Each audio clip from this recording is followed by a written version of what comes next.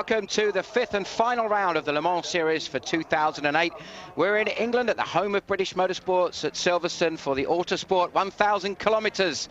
And it's going to be watching the title go all the way down to the wire. Despite some dramas and an accident in qualifying for Peugeot, we saw them on the grid. We've seen a lot of their fans and their supporters here.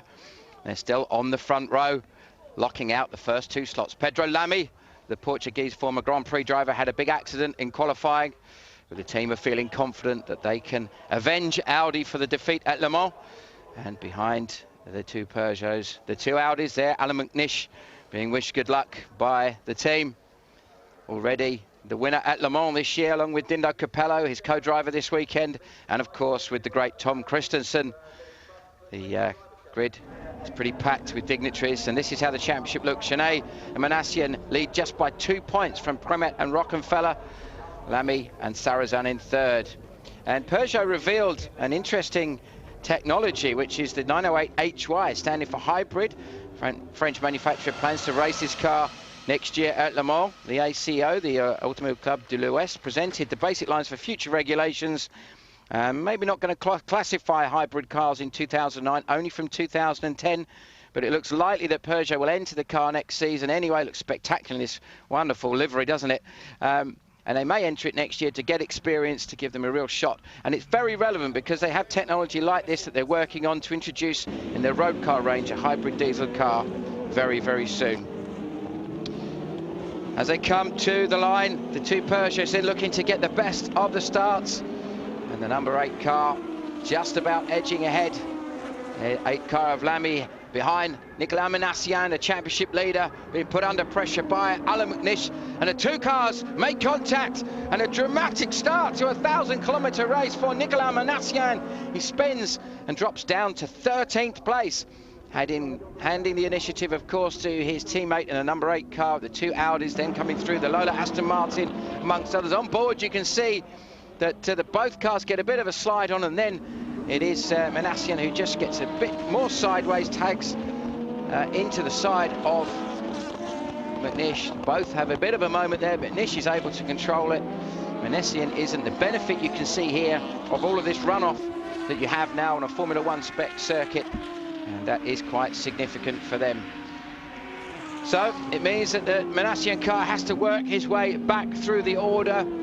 And the first significantly quick car he catches is the new LMP2 champion of Jos Verstappen, the championship winning car, of course, of Van Merkstein RS Spider, and he worked his way through quite neatly.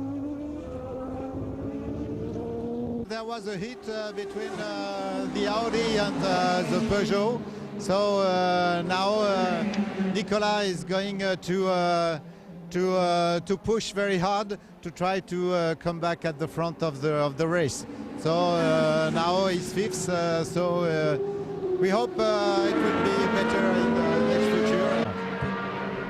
Well, we saw there Manassian working his way past the Van Merkstein RS Spider of Jos Verstappen into 7th. Now he's made his way up into 4th, having passed the Charouz Racing System Aston Martin powered Lola, probably the quickest of the petrol engine cars in LMP1.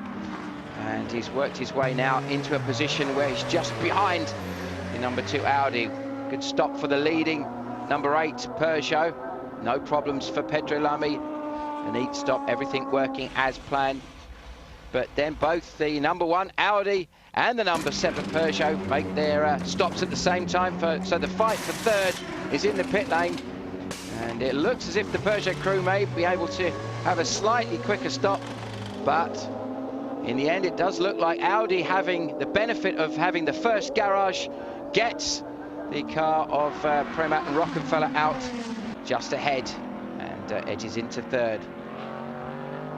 But not long after that, you see Manassian catching up McNish and actually edges his way ahead, getting himself into a position where he's closing down the other cars.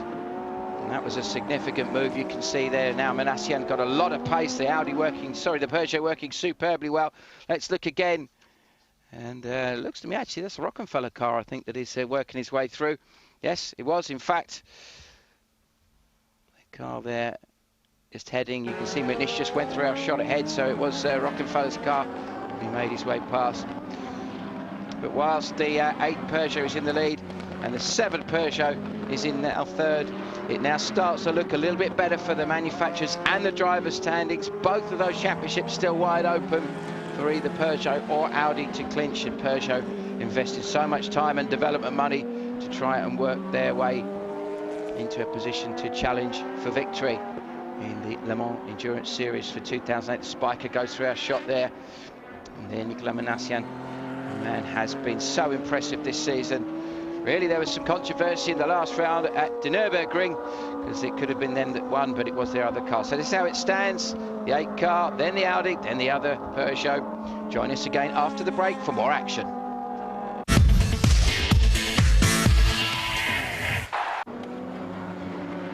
So back with our race leader, Pedro Lamy. He's putting in a succession of very, very quick laps, but it's not really able to pull out that much from the number 1 Audi of Alain McNish. In fact, the Audi seems to have really found some pace at this late stage in the season. Maybe it could be just enough to put the pressure on the 2 Peugeots. Certainly, as we've seen, the number 7 cars had its dramas already. But the 8 car just carries on, dealing with the traffic very, very well. Both of the drivers on board, Lamy and Sarrazin, have provided a fantastic team. The 2 Peugeots winning 2 races each so far. But there's a big accident, and that is looking like it's coming onto the hangar straight. One of the Matmut Porsches, can't see, was that the 76 car of Narak, I think, possibly, and there's a lot of debris there. It looks like they may well have been more than 1 car. Yes, and is that a 7 car? It's a 7 car of Nicolas Manassian in the wall. Well, we know that Manassian, the team, are just as surprised as we are. You see the Sarrazin putting his helmet on, and there's a lot of damage to that car. And you can see it out in the background. Oh, well, it's just that, oh my goodness me, that was nearly up and over for Nicolas Manassian. Well, shades of Marc Genet's accident in qualifying at, in practice at Le Mans. Let's hear from the team and find out what's happened. Well, there is a crash with a GT car with Nico. It's a big crash. Nico tried to get back the car to the pit, but I think it would not be possible. He tried, but well, Nico is okay. That's the main thing. Devastation for Manassian. It was looking good for the championship, but now it's not looking good for him, and it's not looking good for the Peugeot team either. All I can tell you is I don't know. I need to look at the video, but you know, I crashed the car. It can only be me, you know. It's me in the car. Whatever situation it is, you need to avoid it in endurance. I didn't, so all I can say is big apology to the Peugeot team, because it's a big blow. So Mark, all I can say is a big apology. I'm very sorry about it. Yes. Well, on board here with Manassian, you can see big hit up into the air. Very, very lucky. Yeah, okay. I mean, it's bad if it is decided by an accident like this. I'm happy that the driver is fine. It was quite an accident, I think. Yeah, it can happen because there's a lot of traffic here. Then I think we just had a better pit stop, so we could overtake the leading Peugeot in the pit lane, which was a good move. And we kept the 2nd car out. So, yeah, we try to make the best out of the race. We have seen that from the pace we are very close together. And we fight to the end, and let's see what's going on. Dr. Ulrich, thank you very much. Well, Dr. Ulrich, the very, very familiar name of the head of Audi Sports. Safety car comes out, and that obviously helps some of the teams. In fact, it helped the Audi to work their way into the lead as a result of better pit strategy. So it's the number 2 car, the Rockenfeller and Pramac car, that is leading the race now. Behind them, so one of the Saunier cars, I think that's the De La Haye and Rags car, which has been strong. In fact, finished 3rd in its class at Le Mans early this season with La Haye and Rags, and also Frankie Cheng on board. But the Rockenfeller Pramac car just has got its head down now and driving away. Alexander Premat, the Frenchman, the superbly quick former teammate to Lewis Hamilton in GP2 at the LRT team, driving away. And now we see Sarrazin pushing hard to try and get himself into a better position, try and get himself back ahead of Alan McNish in the #1 car as they come through the tight infield section here. And it looks like one of the Zytecs in front there, just a little bit of traffic. Both the drives, well, we heard from Manassi and how you have to deal with that. And it looks like they're going to almost split the cars as they come down onto the straight, coming down towards Woodcote. And it does look like, as they turn into, oh, it's more contact. Well, a bit like the first part of the race is contact between a Peugeot and an Audi. Again, it's McNish involved. And this time it looked a very optimistic move from, I think it's actually Dindo Capello on board now. It is, yes, the McNish Capello car. Dindo looks to have got the car out of the gravel. And Ulrich looks incredibly frustrated by that. You can see the whole Audi team looking on. And that is the Sarrazin and Lamy car. And does that look like it's going to be able to get going again? Yes, it is. I think, well, I think the Peugeot, because it was on the outside, was perhaps the one slightly more at risk, the benefit of the tarmac runoff area doing its job, but that little bit of gravel, relatively small, just doing enough to slow the cars a little bit more, and perhaps helping both of them to be able to recover sufficiently to be able to find out what's going on. Let's hear from Dr. Ulrich on his version. I think it was a very optimistic move of Mr. Sarrazin, what he did. Then the cars touched and both spun out. We are going to see what happened to the car of Dindo. He's going to come back now. He's stuck a little bit in the gravel. We will know soon. He is in here. Well, both cars make it back. The Audi looks relatively undamaged, but the Peugeot looks to have suffered a fairly significant amount of wreckage to the car. Yep, Dindo Capello back on his way pretty quickly, so no real significant damage to him. But for Peugeot, it really is starting to go all around. Stéphane Sarrazin in the car, the fastest man at Le Mans this year, took pole, took fastest lap of the race, and surely one of the Peugeots was looking odds-on to win if it hadn't been for the rain in the middle of the night, which worked in the advantage of the Audi. Now, Verstappen, he's already clinched the LMP2 title in the Van Merkstein Porsche, sharing, of course, with Peter Van Merkstein in the main this season, also with Jeroen Bleekemolen when his flashing commitments in either A1GP for Team Netherlands or in the Porsche Super Cup. Of course, the championship that Bleekemolen has clinched. He's running his final round at Monza this weekend, supporting the Italian Grand Prix. But this looks pretty much unbeatable, this combination driving away. And now problem there for Kasper Elgaard, the other one of the three cars has lost a front left wheel. You can see a very unusual problem. I remember going back in the day at the Silverstone 1000K, seeing Bob Wallach, I think he was, losing a front wheel in a 962 Porsche. So perhaps it's history repeating itself there. But not going to get himself on the podium this weekend. It's a great battle between Elgaard and Nielsen, sharing that car. And also Sasha Massa. Now contact here. What's gone on here? It looks like Xavier Pompidou. Is that in the speedy car? That's Epsilon Xcardi car, I think. And one of the JWR Porsches. Possibly Matt Griffin on board. No, it is one of the Epsilon Xcardi cars. The 20 car getting itself into big problem. Angel Borreno and Miguel Angel de Castro. That is the speedy car, though. That is Xavier Pompidou in the wall. And looks to me like possibly getting caught up with the pole-sitting GT1 car, the Lamborghini Murcielago of Rusanov and Cox, and that's a lot of damage to the Speedy Automotive Seba car. And you can see what he thinks about that, blaming the Lamborghini, but clearly one of those things. Now this is a new car for us for this weekend. Mike Newton and Thomas Erdos, we've seen them win their class at Le Mans in the RML MG Lola, but that was previously in a open top car, now in a closed car, hoping to put a difficult year behind them and move into 2009. So using this race here, their home race, to get some mileage on the car. And we've seen how good the chassis is with the combination of the Aston engine in the hands of Charouz and Muka. We know just how quick Tommy Erdos is. The Strucker Racing Aston Martin comes through the shot. Has done a great job, Darren Turner and Nick Leventis joining, of course, Peter Hardman. The three of them doing a really solid job to get the car up into 4th position. Turner, of course, tasted victory at Le Mans in his class. Nick Leventis on board. Peter Hardman and Darren Turner also providing the driving talent. And this is your new champion, the number 72 car.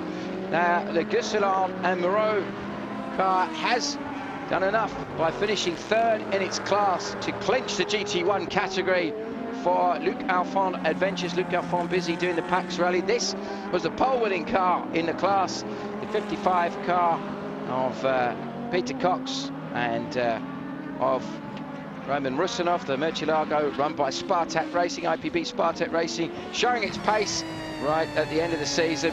But victory yet again, or victory once again more to the point, after winning at the Nürburgring last time for Thomas Enger, this time partnered by another of the Le Mans winning drivers, Antonio Garcia, the young Spaniard, very quick, probably rated as one of the most talented sports car drivers in the world at the moment, as in fact is Enger and Vasilev, and the experienced Tom Coronel drafted in. He's done some stuff with the guys at Spyker before. The Dutch manufacturer really have developed the car, and it's starting to get progressively quicker, progressively more competitive against the might of Porsche and of Ferrari. Well, I've done, of course, the Le Mans series before, and of course the last 2 years I missed the 24-hour of Le Mans, because I've done it 3 times with Spyker, the Dutch brand, and of course they also like a Dutch driver, because it's of course yeah, a little bit better for the heart. But no, everything is going all right. Car's running fine, everything feels all right. The team improved the car a lot, because the last time when I drove the car was 2006.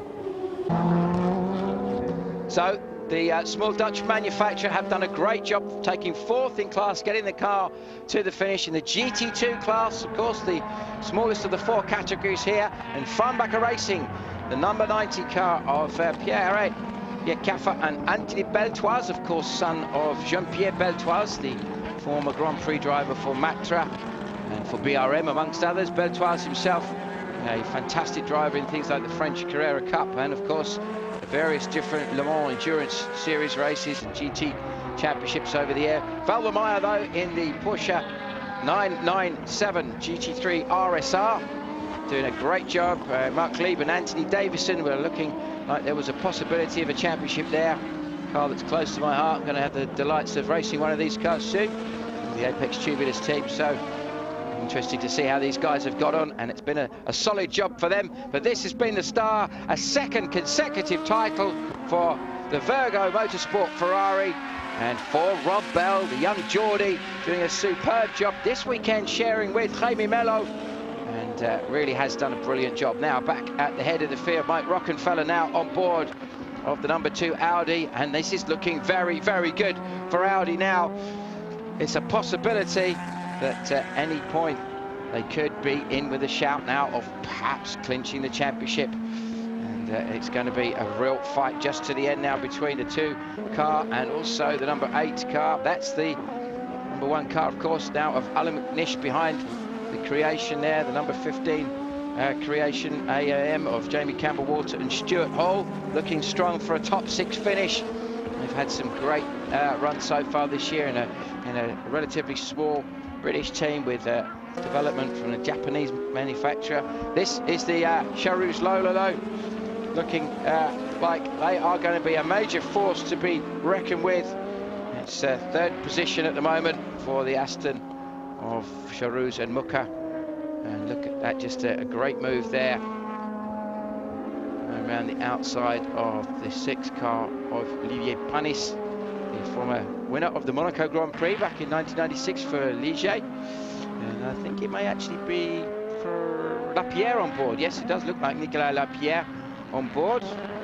Fantastically talented young driver as the 16 car of Pescarolo comes through our shot there. Emmanuel Collard, Jean-Christophe Bouillon, and looking strong for potentially a podium finish because of all the dramas that have happened with the Peugeot and the Audi team. Now we have a roundup of exactly what's gone on so far. A lead Audi's 1-2, Aston Martin third. We'll tell you what happens next after the break.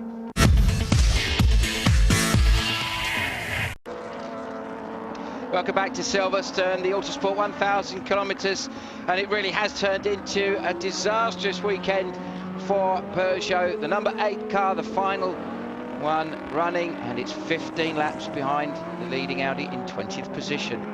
I did not expect they will race so hard because they did not hesitate to go to the contact few times, and I will say we have not to be disappointed or disappoint.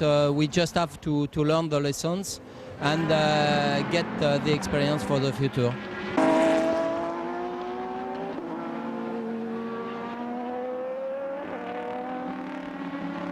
I think we have seen the replays quite nicely, and especially the contact between Sarrazin and Rinaldo Capello. I mean, if you have seen who was changing the line and pulling inside, Dindo even went on the brakes to avoid him, so more he really couldn't do.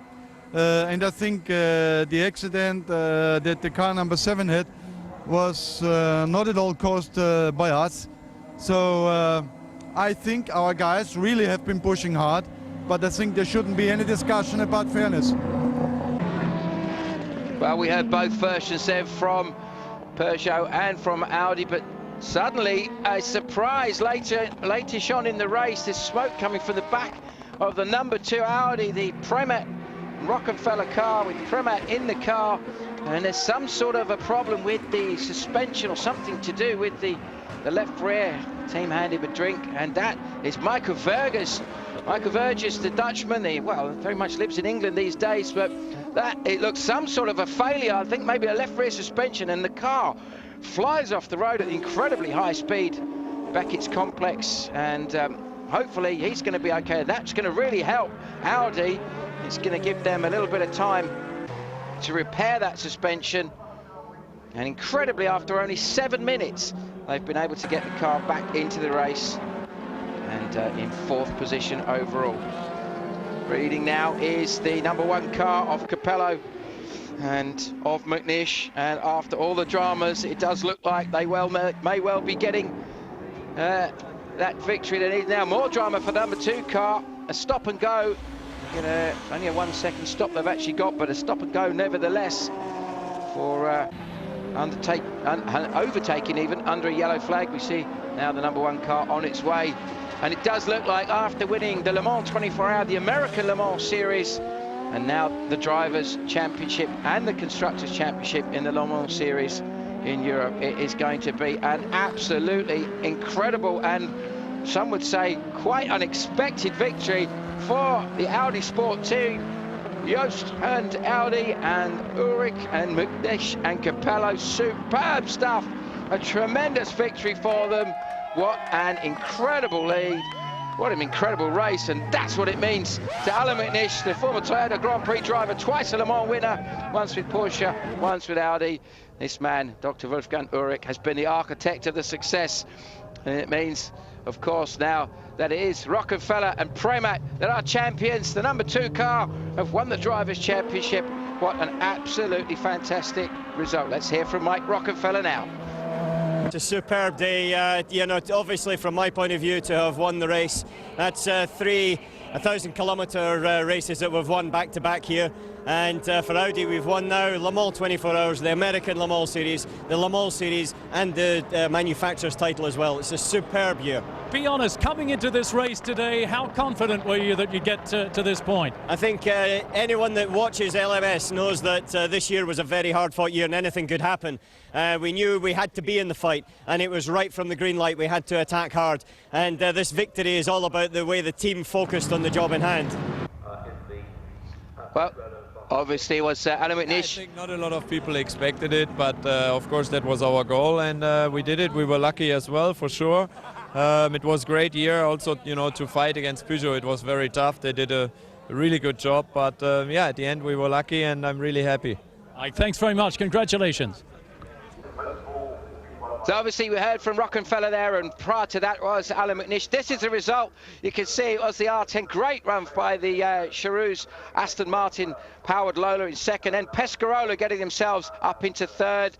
Verstappen wins in the RS Spider and LMP2, and LMP2 all the way down through the order. Some good finishes there. The winner in LMP GT1 was the Aston Martin DBR9, and in LMP GT2 was the Ferrari, the Virgo Ferrari of Rob Bell. And that is the podium. It is McNish and Capello. A home win for Alan McNish. That will be very popular with the fans. A great crowd here. Great job by everybody involved, and a fantastic job by Audi. Well, they say top service on their overalls. You couldn't ask for much more than that. Great performance by Charoux and Mucca, and also by Dumas and Bouillon.